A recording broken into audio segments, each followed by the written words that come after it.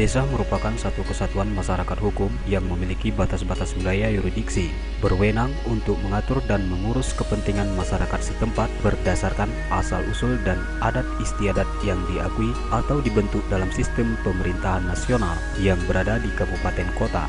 Sebagaimana disebutkan dalam Undang-Undang Dasar Negara Republik Indonesia tahun 1945, landasan pemikiran dalam pengaturan mengenai desa adalah keanekaragaman, partisipasi, otonomi asli, demokratisasi, dan pemberdayaan masyarakat. Mewujudkan masyarakat yang sejahtera secara berkeadilan, melaksanakan pembangunan berdasarkan aspirasi masyarakat, dan memberi pelayanan publik dengan sebaik-baiknya.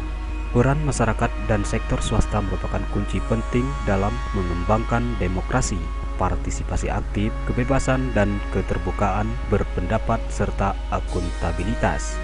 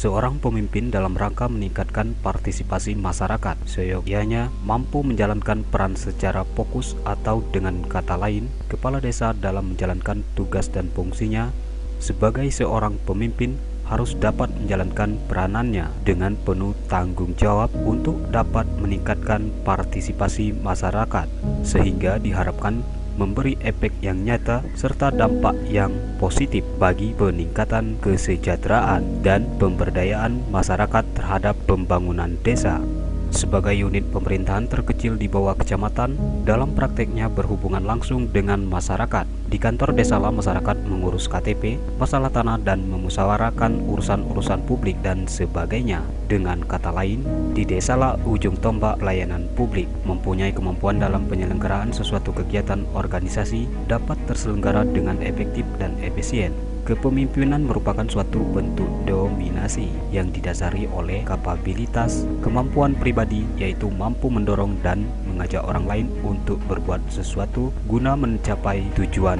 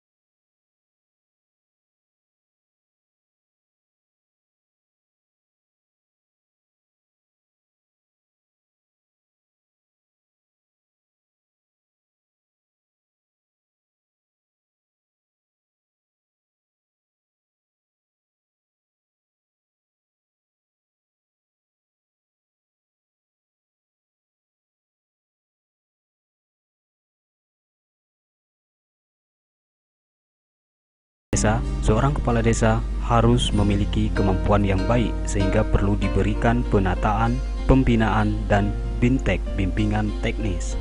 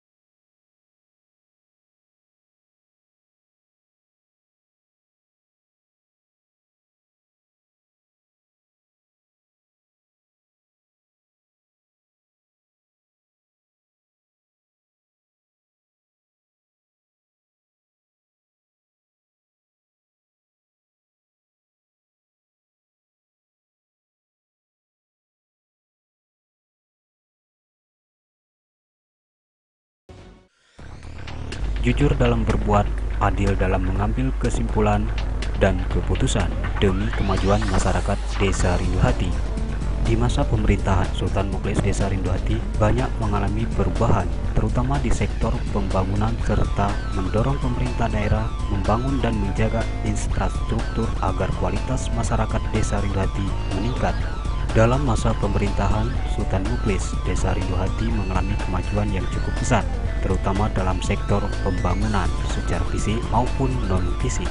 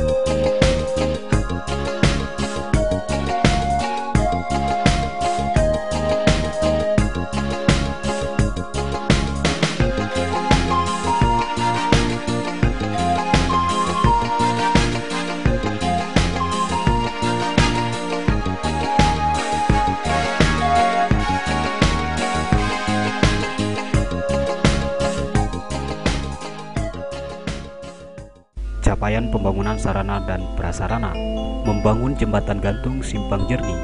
Jembatan beton Tabatakaluk merupakan akses pertanian. Membangun irigasi Simpang Jernih, irigasi Sawarawang, membangun tanggul sepanjang sungai di daerah persawahan yang rawan banjir dengan landasan kepentingan penduduk sehingga terlaksana dan bermanfaat yang besar. Membangun drainase guna memperlancar air limbah warga dan dapat mengurangi resiko banjir. Membangun prasarana jalan di Desa Rindu Hati terdiri dari jalan poros jenis pengerasan merupakan jalan lintas desa. Program Nasional Pemberdayaan Masyarakat Mandiri Pedesaan PNPM MPD membangun sarana air bersih dan pembangunan jalan rabat beton.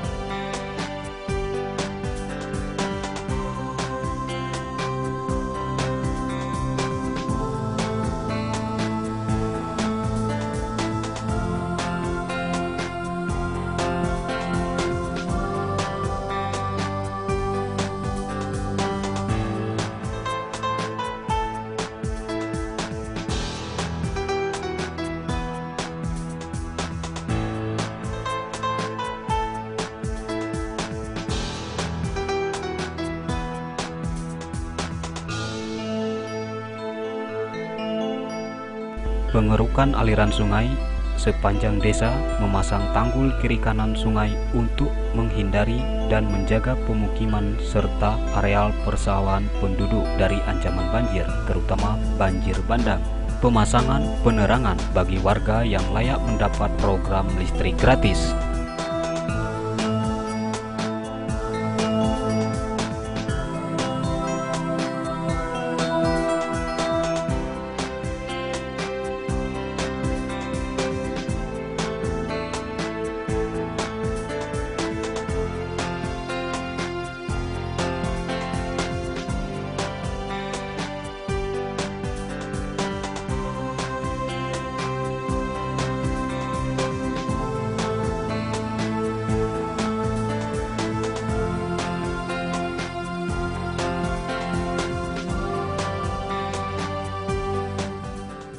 Berkat kerja keras penuh pengorbanan dan tantangan demi kepentingan bersama, akhirnya terlaksana dengan tekad warga Desa Rindu Hati makmur, sejahtera, bermartabat, ekonomi berkelanjutan. Berbagai upaya untuk Desa Rindu Hati dilakukan, menjalin kerjasama dengan berbagai instansi, baik pemerintah maupun instansi lainnya. Dalam masa periode sebelumnya, Sultan Mukhlis menjalin kerjasama dengan Yayasan Ulayat Bengkulu sehingga menjadi desa binaan. Terciptanya kerjasama yang penting dan bermanfaat bagi masyarakat. Hal-hal yang dilakukan mulai dari pemetaan partisipatif, tata kelola hutan, kemasyarakatan, HKM, menggali potensi wisata, hingga mempromosi ke tingkat nasional maupun internasional. Menjalin kerjasama Yayasan Konservasi Sumatera YKS, Wahana Lingkungan Hidup Walhi, dan Telapak, keikutsertaan dan pemerhati lingkungan daerah aliran sungai. Menjalin kerjasama dengan Universitas Bengkulu yaitu masyarakat sadar hukum.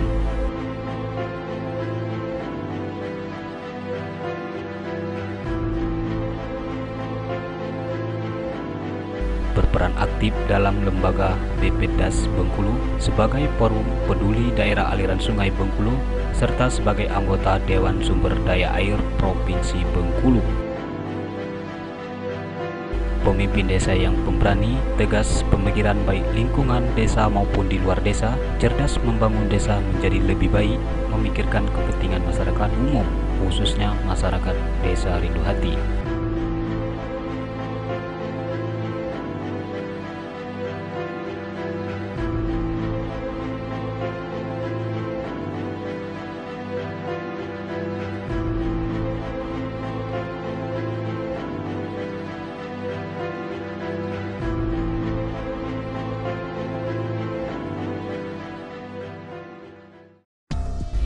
Memberi dukungan dan bimbingan terhadap kreativitas pemuda terutama di bidang olahraga hingga sekarang.